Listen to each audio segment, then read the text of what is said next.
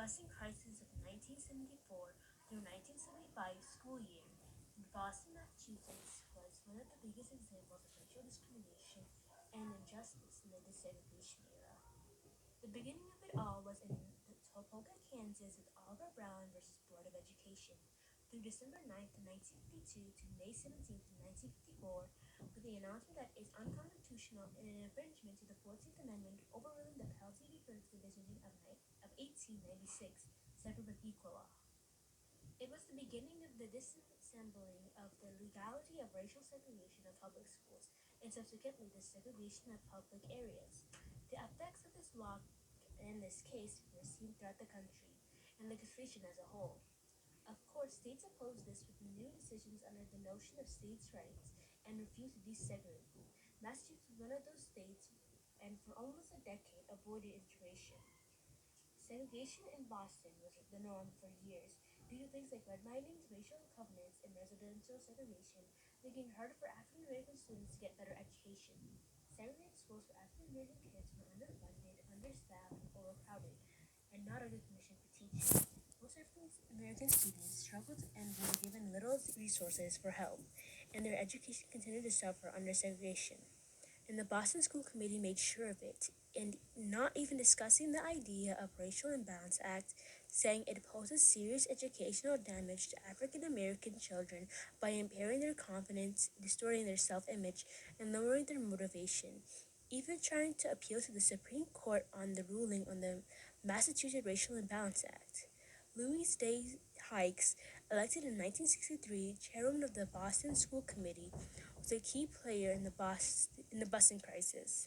Senator Royal Boiling Sir proposed it and eventually passed the Racial Imbalance Act in August 1965. It was supposed to segregate Boston area schools by withholding funds from schools and allow the Board of Education to investigate schools that weren't complying. A year prior, there were 45 racially imbalanced schools in Boston. The same thesis was made again 5 years after the census of 1964 to see what changed. October 1969, there were 62 imbalanced schools.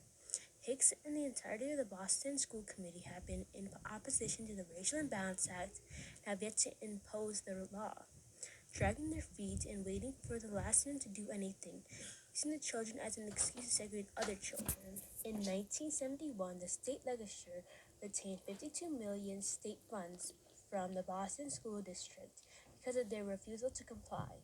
They did start construction of 2 new integrated schools in racial integrated places. For years, the Boston School Committee opposed the Racial Imbalance Act and didn't implement the law for the last 10 years or so, only starting now due to the pressure of the Board of Education. Two schools were made. Two schools were made after funds were withheld from them. September 1971, the funds were given back to the Boston District as well as one of the two schools opening, with 65 black enrollment not being balanced as they should have been. The Boston School Committee didn't do anything to assign white students into the school, even though it was made with the racial imbalance plan in mind.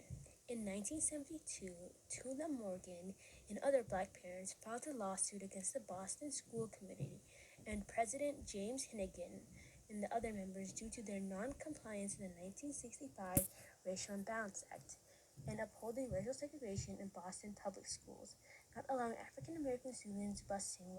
The Boston School Committee finally makes a plan to balance students, but the State Board of Education denies this and makes their own plan.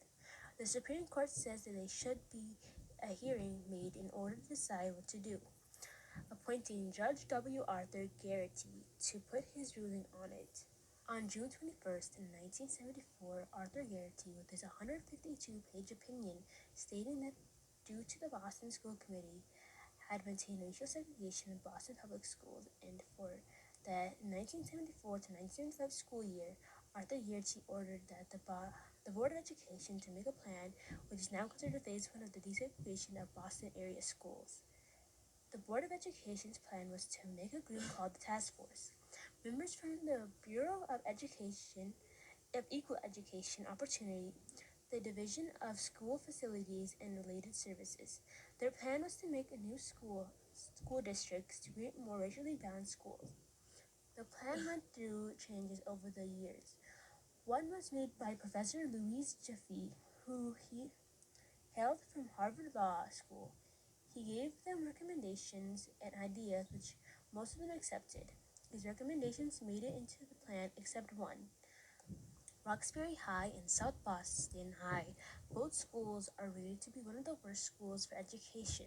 Jeffrey wanted to wait at least a year to include both schools, but was rejected. Both schools are bad and serve no purpose other than Roxbury High being mostly black while South Boston High was mostly white and imbalanced. The plan was done by March 1974, a couple months before the new school year. The plan is to run smoothly. There was opposition by Louis Day Hikes and her organization Roar. She was planning on staying out and protesting, assembling marches due to her discontent over the busing or forced busing. Violence entered both schools. Rocks were thrown, windows were shattered, and police had to guard the buses that were taking the kids. It was on national news due to its violent and racially charged harassment. The iconic photo of a white anti-buster trying to stab a black man really encompasses what happened during the violence. Anti-busters would rally up and harass pro-busters and constantly protest the desegregation acts. But isn't just the pro-busters getting attacked. The children being bused were attacked as well. The harassment of the children was vast. The parents of the black children had to keep them home to keep them safe, and absences were on an all-time high, at the expense of keeping their kids safe. Their education was disturbed. It was extremely hard for African American students who did go to school. Rocks, bats, and bottles were thrown at them, and the buses and both students and bus drivers were harmed. Even if you personally weren't harmed, you knew someone who was.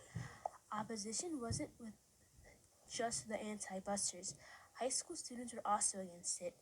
There are many reasons as to why they opposed it, like it disturbed their education from their original high schools, the overwhelming violence, or being against it altogether. White parents found other ways to escape forced busing by taking their children out of those schools or transferring them to private schools, or leaving Boston altogether. Due to the amount of racial violence and brutality that was in the Boston desegregation era, it still stands as one of the worst tragedies of racial violence in American history.